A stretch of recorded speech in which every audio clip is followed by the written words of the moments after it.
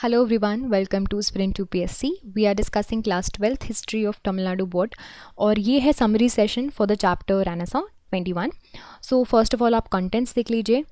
तो Renaissance in Italy, revival of classical literature, Renaissance literature, art, sculpture, development of sciences and the result.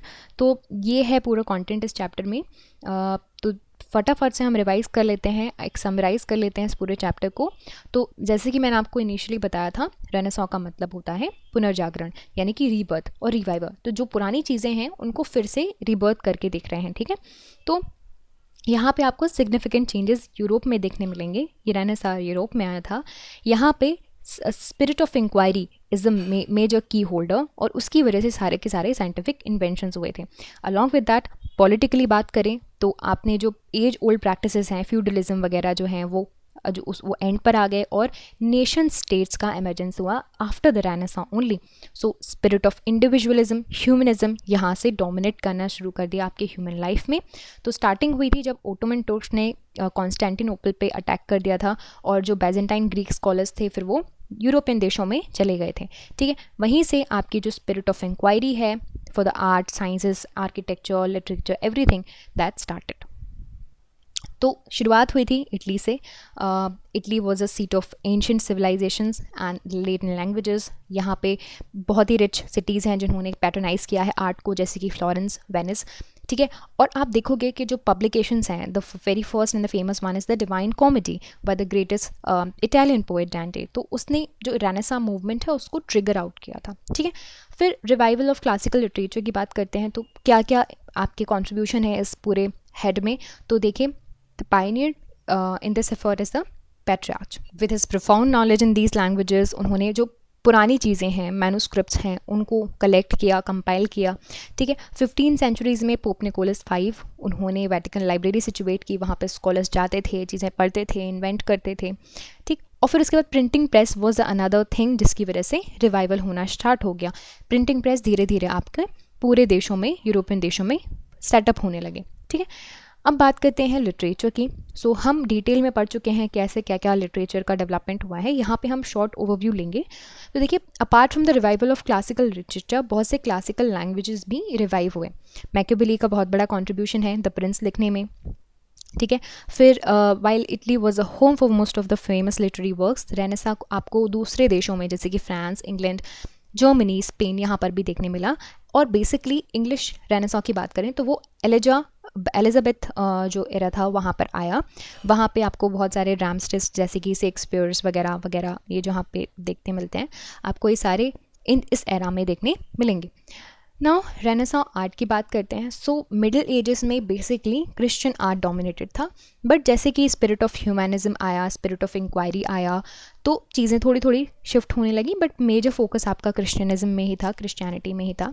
और जो कुछ famous artist हैं जैसे कि Leonardo da Vinci, Michelangelo, Raphael, ये they are the dominant figures among the Renaissance painters. Sculptures की बात करते हैं तो the art of the sculpture had also witnessed a very great improvement during this period.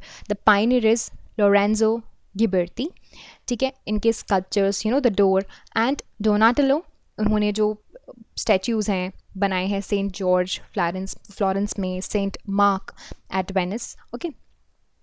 अब most important topic the development of sciences. So spirit of inquiry आ गया था, spirit, और उसी की वजह से आपको spirit of modern sciences renaissance के टाइम पर जो है वो उसको बर्थ मिला था बेसिकली. तो मिडिल एजेस में साइंस बेसिकली फोकस करता था सुपरस्टिशंस में, लेकिन अब रेनेसां के बाद क्रिटिकल ऑब्जर्वेशन लोगों के दिमाग में आने लगा, spirit to ask question, okay, reasoning में लोग ध्यान देने लगे. और the spirit of learning took to the finally the sciences. Francis Bacon, उनको फादर ऑफ मॉडर्न साइंसेस बोला जाता है. Descartes, he brought out convincingly the necessity of asking the questions, doubting everything. फिर ये कुछ महावी लोग हैं जिन्होंने बहुत ही अच्छे डेवलपमेंट किए हैं, जैसे ये कोपरनिकस हेलियोसेंट्रिक थ्योरी लेकर आए थे. केपलर, इन्होंने जो मैथमेटिकल लॉज हैं वो निकाले for the calculation for the conclusion of the Copernicus. Galileo, इन्होंने टेलीस्कोप वगैरह जो है सेटअप किया और इन्वेंट किया. उसकी वजह से क्या हुआ, कोपर्निकन थ्योरी को ही सपोर्ट मिला। न्यूटन ने फाइनली कंक्लूड किया the movement of all the celestial bodies that was controlled by the gravitational forces, right. So these are the development of these guys. अब बात करते हैं, उसके साथ साथ तो साइंसेस का भी हो रहा था, लेकिन in the field of medicine and the anatomy also the development were happening, like Vesalius ने, विलियम हार्वे के डेवलपमेंट्स जो ब्लड सर्कुलेशंस के हैं। Paracelsus he show the human body has chemical reactions and changes.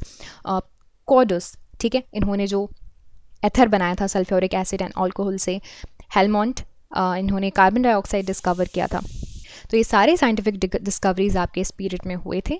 So result की बात करें तो पहली बात तो मॉडर्न एज का बिगनिंग हो गया था, स्पिरिट ऑफ इंक्वायरी आ गई थी, साइंटिफिक इन्वेंशंस होने लगे थे, और जैसे कि कैंपस वगैरह इंट्रोड्यूस किया गया, जिसकी वजह से जोग्राफिकल इन्वेंशंस एंड डिस्कवरीज हुए।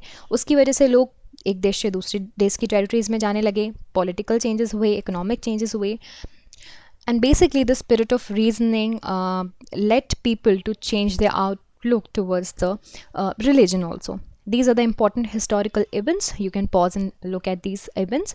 So यही हो गया आपका पूरा session wherein which we revised the entire session and entire chapter. I hope you liked this video, and if you did, you can subscribe to the YouTube channel for more videos and updates, and also you can download the Sprint UPSC app to practice book chapter and topic wise. Remember, candidates, just reading books and watching videos are not going to help you out unless you practice thoroughly. So identify your mistakes and work to improve your performance, and Sprint UPSC is the perfect app to do all of this. अगर आपको video पसंद आया हो तो हमारे YouTube channel को subscribe कीजिए और वीडियोज़ एंड अपडेट्स के लिए साथ ही साथ डाउनलोड कीजिए स्प्रिंट यूपीएससी ऐप। यहाँ पर आप अपनी books chapter and topic wise practice कर सकते हैं। देखिए, सिर्फ बुक पढ़ने से और वीडियो सीखने से मदद नहीं मिलेगी जब तक आप अच्छे से प्रैक्टिस नहीं करोगे। तो अपनी मिस्टेक्स को जानिए, परफॉर्मेंस को इंप्रूव कीजिए, और स्प्रिंट यूपीएससी इसके लिए परफेक्ट ऐप है। I will see you soon in the next video. Thank you very much.